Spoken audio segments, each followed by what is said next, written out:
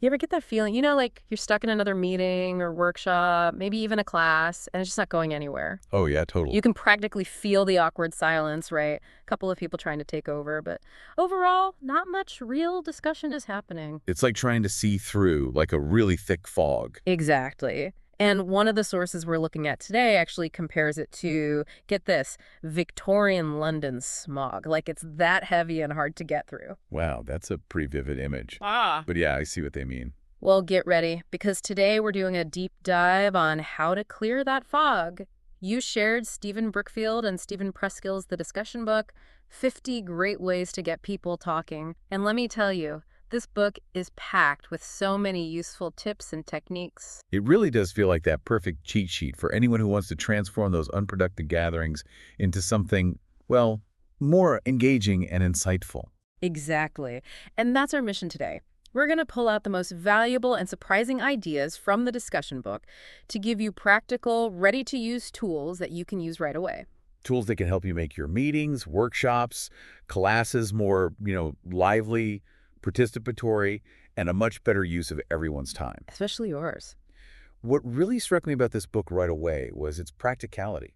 It's very direct and focused on, like, just the techniques. Yeah, it's not bogged down in a lot of theory. Exactly. It's all about what you can actually do to get discussions going, keep them on track, and keep that momentum going. And one of the things I found really encouraging was that these techniques have been tested in a really wide range of real-world settings. Oh, absolutely. Yeah. Like they talk about how these techniques have worked in urban high school classrooms, in Ivy League tutorial seminars. And even in corporations and the military. Yeah, really diverse environments. Which I think shows just how universal this desire for better group conversations really is. Definitely. I mean, everyone's been in those meetings or classes where things just, aren't clicking. And this book really tries to address that. And speaking of things not clicking, one of the big ideas the authors challenge is this notion that good group discussion is just like this magical event. Right. It's not about some mystery of group chemistry or finding that perfect combination of people. They even call it and this is a direct quote, the Bigfoot of classroom, organizational, and community life.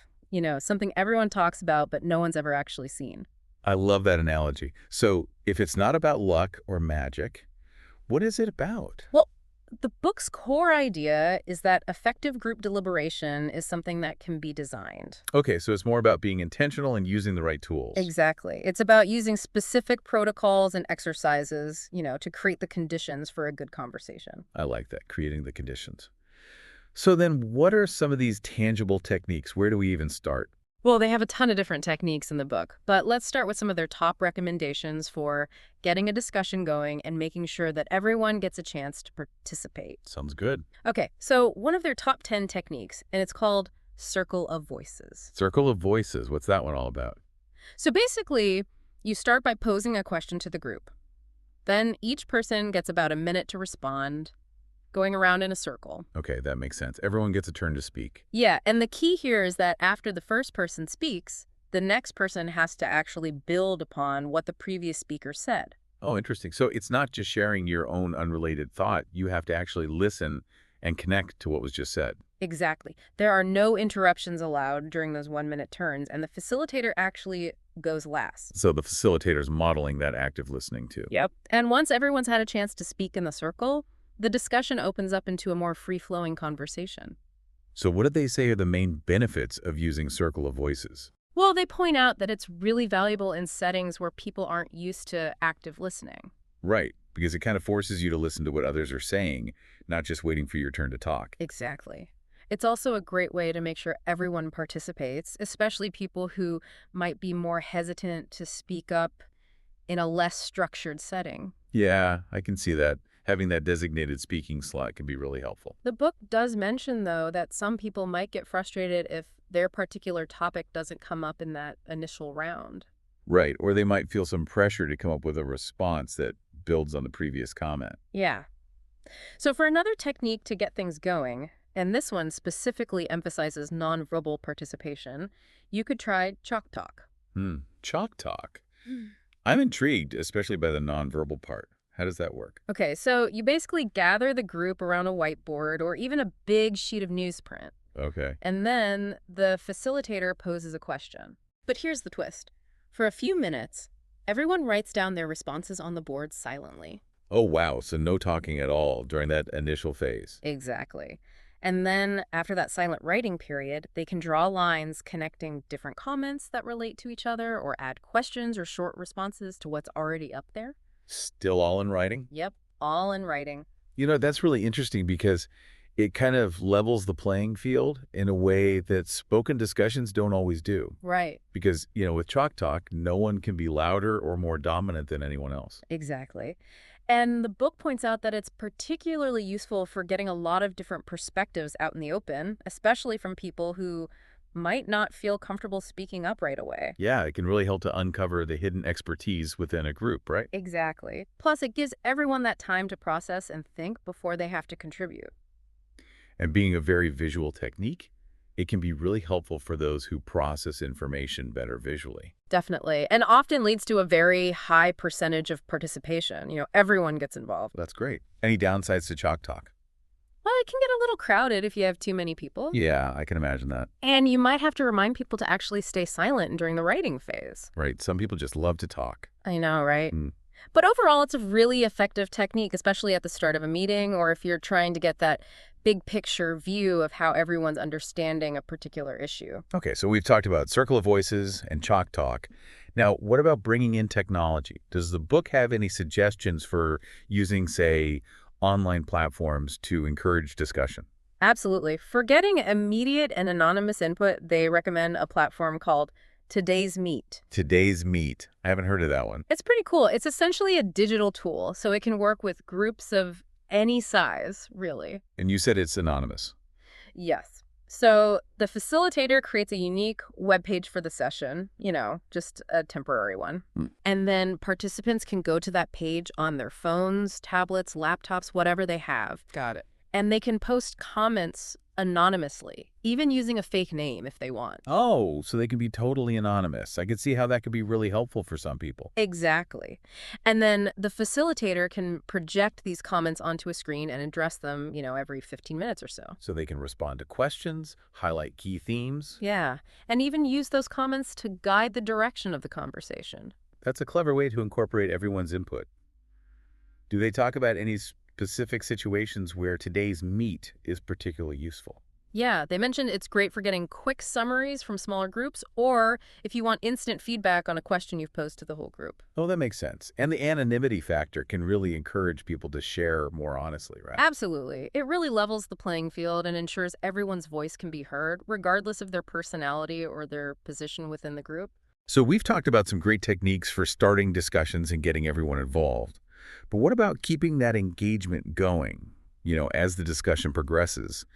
How do we encourage deeper, more thoughtful interaction? Well, for that, the book has several techniques that focus on active listening and really getting people to engage more profoundly with the ideas that are being shared.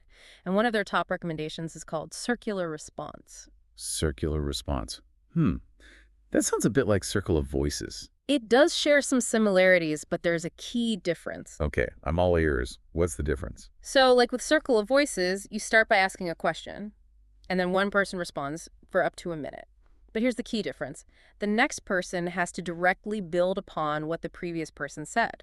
Ah, so it's not just going around the circle sharing your own thoughts. You have to actively connect to what was just said. Exactly. And that continues around the circle with the facilitator going last. And then after everyone's had a chance to respond, the discussion opens up. That's a really clever way to make sure people are really listening and processing what others are saying. Right. It's not just about waiting for your turn to talk. It's about really engaging with the ideas that are already in the room. And the book highlights that it's particularly valuable in situations where people tend to be stuck in their own perspectives. Exactly. It forces you to step outside of your own head for a minute and really consider another point of view. I can see how that would be really helpful in a lot of settings.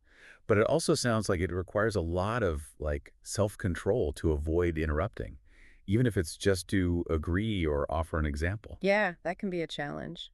And the book also stresses the importance of having those little moments of silence between responses, just to give people a chance to think. Silence is so important in discussions. It really allows for that deeper processing and reflection. So what about other techniques that incorporate that element of silence and encourage deeper engagement? Well, one technique that really stands out in that regard, and this one is also great for transitioning from small group discussions to a larger group, is called newsprint dialogue. Okay, newsprint dialogue. Mhm. And this one involves no speaking at all. Well, minimal speaking. So it starts with small groups, and each group is given a topic to discuss. And they write down their main points, questions, any potential solutions on a big sheet of newsprint. So they're essentially creating a visual record of their conversation. Exactly. And they're told to be as clear and concise as possible because everyone will be reading these sheets. Makes sense. And then, once the small group discussions are over, everyone gets up and walks around the room, reading the other group's postings. So they get to see what everyone else came up with. Yep, and as they read, they can add their own comments, questions, or even just little connect lines, all directly on the newsprint. Interesting. So it's like a silent conversation happening on these big sheets of paper. Exactly. Yeah. And then, at the end, you can have a whole group discussion, but the focus is really on those newsprint postings. So it's not just about one person from each group giving a report. Everyone gets to see and interact with the raw output of every group's thinking. Precisely. And the book emphasizes how much people appreciate that extended period of silence during the reading and writing phase. It allows for a much deeper level of individual processing, without the pressure to speak up right away. I bet. And it also ensures that everyone's contributions are given equal consideration, regardless of how articulate or outgoing they are. Exactly. And it incorporates movement, creates a permanent record of the discussion. People really feel heard. That's really powerful. Any potential downsides to keep in mind? Yeah, just a couple. You got to make sure the initial comments written on the newsprint are clear enough for others to understand. Right, because there's no one to explain them verbally. Exactly. And you also have to think about the layout of the room, make sure everyone can see and get to the postings easily. Good point. Now, for groups that might be a bit quieter or more hesitant to speak up, are there any techniques that specifically encourage that initial reflection time? Definitely. One technique, and this one also made it to their top 10 list, is called appreciative pause. Appreciative pause. That name alone suggests taking a moment to just think. It really is all about that. So the facilitator poses a question to the group, but then they ask everyone to take a few moments of silence before responding. Okay, so everyone gets a chance to gather their thoughts before jumping into a discussion. Exactly. And then the facilitator can also ask people to write down their reflections, either on index cards or using a platform like today's Meet that we talked about earlier. Oh, right, so they can share their thoughts anonymously. Yeah, and those written responses can then be shared with the whole group, either by reading them out loud or projecting them on a screen. So what are the main advantages of incorporating that intentional pause? Well, the book says it's especially good for groups that tend to get sidetracked easily or who might be a little shy about speaking up. Right, it gives everyone a chance to formulate their thoughts, even if they're not ready to share them verbally right away.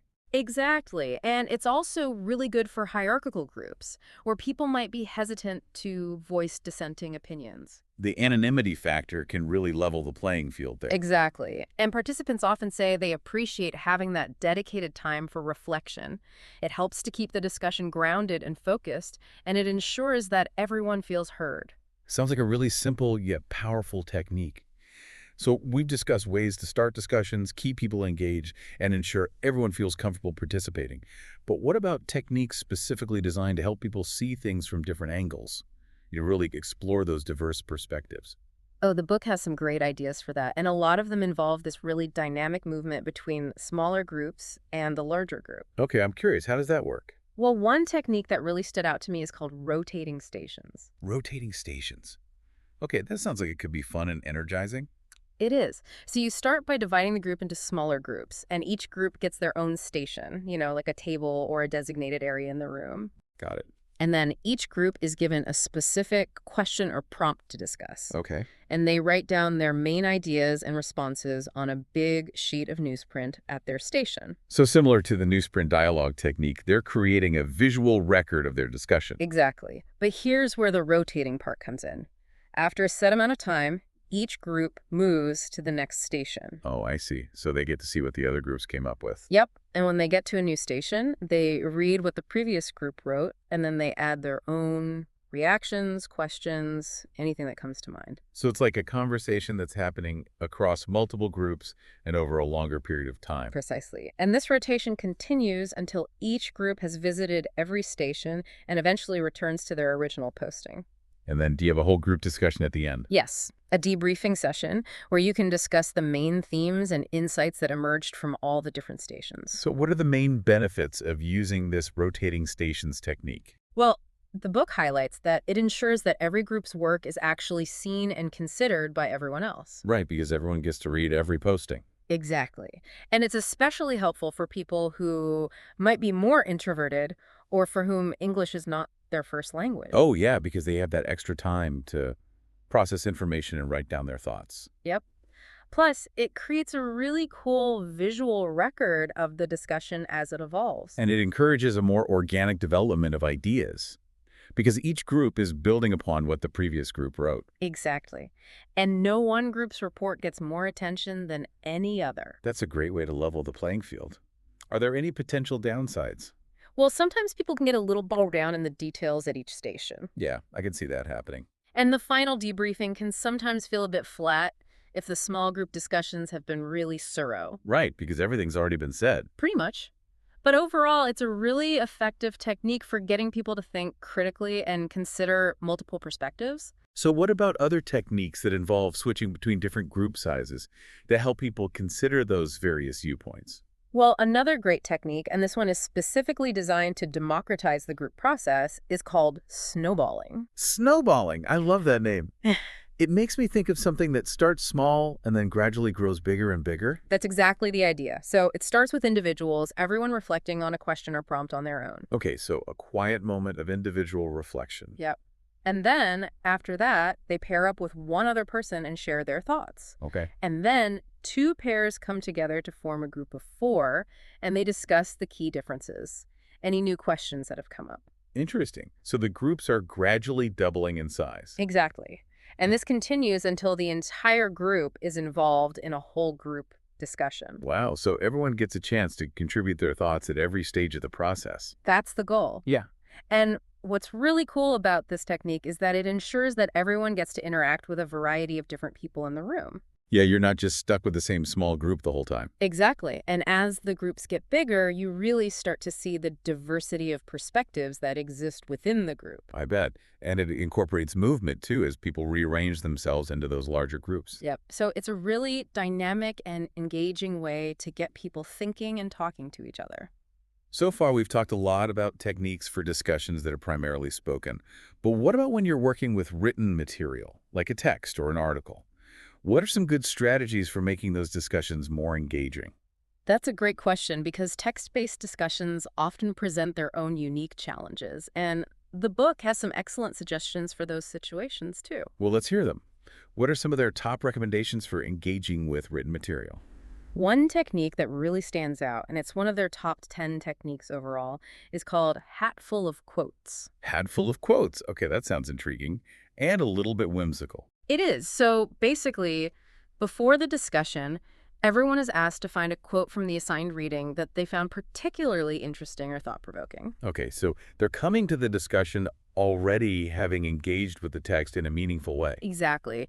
And then during the discussion, each person takes a turn reading their chosen quote aloud and explaining why they chose it and what they think it means. Oh, that's cool. So the discussion is anchored in these specific excerpts from the text. Yeah. And hearing all those different quotes and interpretations can really spark some great conversations. I can imagine.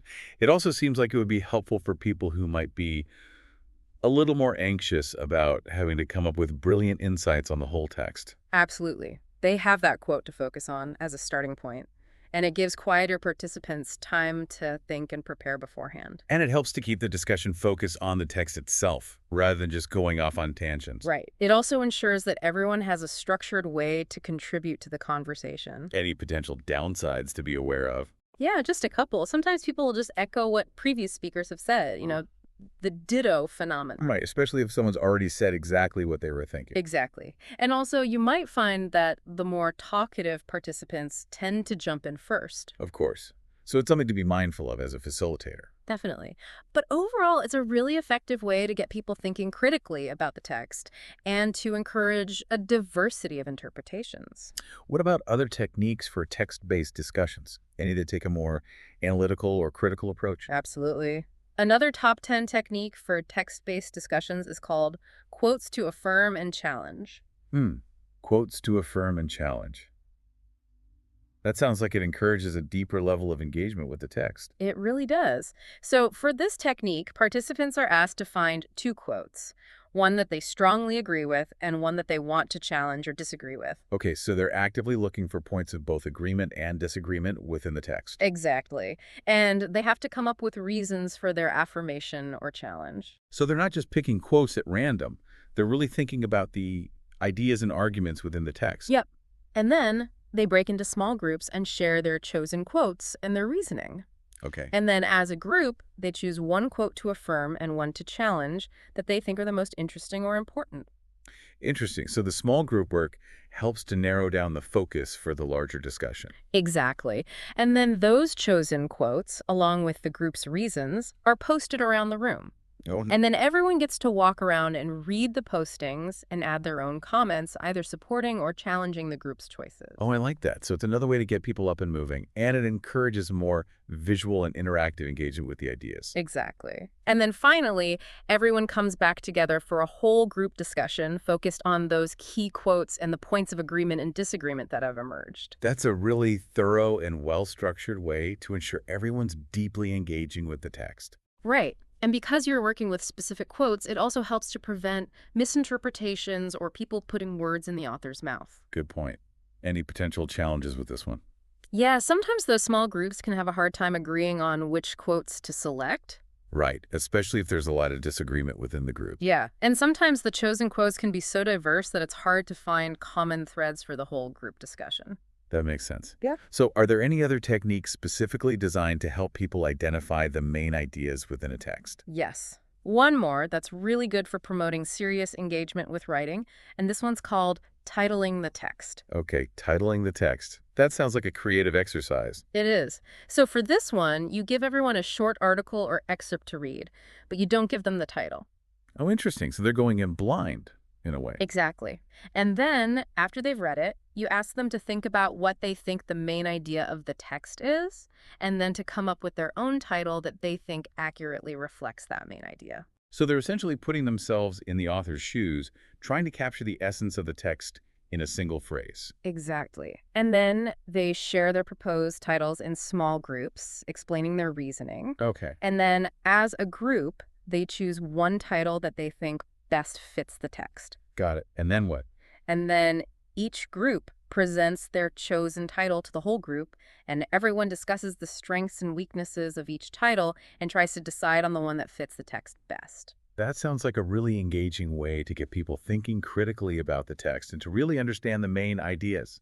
It is. And what's cool is that you can use this technique with all sorts of written material, not just articles. Oh, that's interesting. Like what?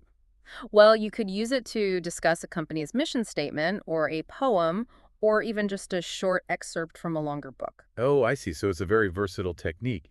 Are there any watch-outs for using this one? Yeah, you just have to make sure people are really understanding the main idea before they start coming up with titles. Right. Otherwise, the titles might be off base. Exactly. And you also have to make sure they can explain their reasoning behind their title choice.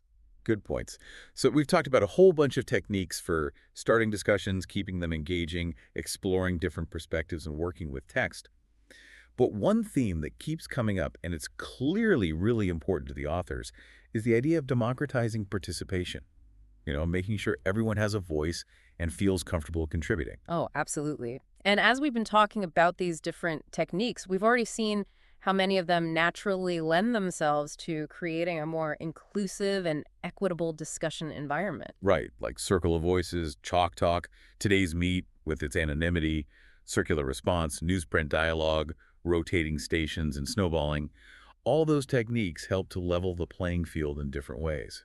Exactly. They create structures that prevent a few dominant voices from taking over and ensure that everyone has a chance to contribute. And the book actually introduces another top 10 technique specifically focused on democratizing participation. It's called nominating questions. Nominating questions. Okay, tell me more about that one. So this one's particularly useful when you're working with smaller groups that will eventually come back together for a larger group discussion. Okay, I'm following. So the small groups start by discussing a specific topic, Hmm. and one person in each group acts as a recorder, writing down all the questions that come up during their conversation. So capturing the organic questions that emerge from the group's discussion. Exactly. And then towards the end of their small group time, they share their list of questions with the group, and everyone can add any other questions they think are important. Okay. And then as a group, they choose one or two questions that they think are the most compelling or crucial for the larger group to discuss. Oh, that's a really clever way to ensure that the large group discussion is addressing the topics that the participants themselves find most interesting and relevant. Exactly. It gives the smaller groups real ownership over the direction of the larger conversation. And it makes sure that the work they do in those smaller groups is actually valued and contributes directly to the overall outcome. Precisely. The book does point out a couple of things to be careful about, though. What's that? First, you have to make sure the small groups have enough time to really develop their questions. Right, you don't want them to feel rushed. And second, the facilitator of the large group discussion needs to be really good at keeping the conversation focused on those nominated questions. Right, because it's easy for a discussion to veer off on tangents. Exactly. But overall, it's a really effective technique for ensuring that the discussion is truly democratic and reflects the genuine interests and concerns of the participants. So we've talked about creating the conditions for good discussions, ensuring everyone gets a chance to participate, and helping people see things from different angles. But sometimes, you need to push people a little bit outside of their comfort zone to get them to really think differently. Does the book address that at all? Oh, absolutely. In fact, they have a whole section on getting people out of their comfort zone and challenging their assumptions. Well, I'm all for that. What are some of their suggestions? Well, we've already talked about a few techniques that can do that naturally, like Chalk Talk, where everyone has to communicate in writing, and Today's Meet, which allows for anonymous online participation. Right.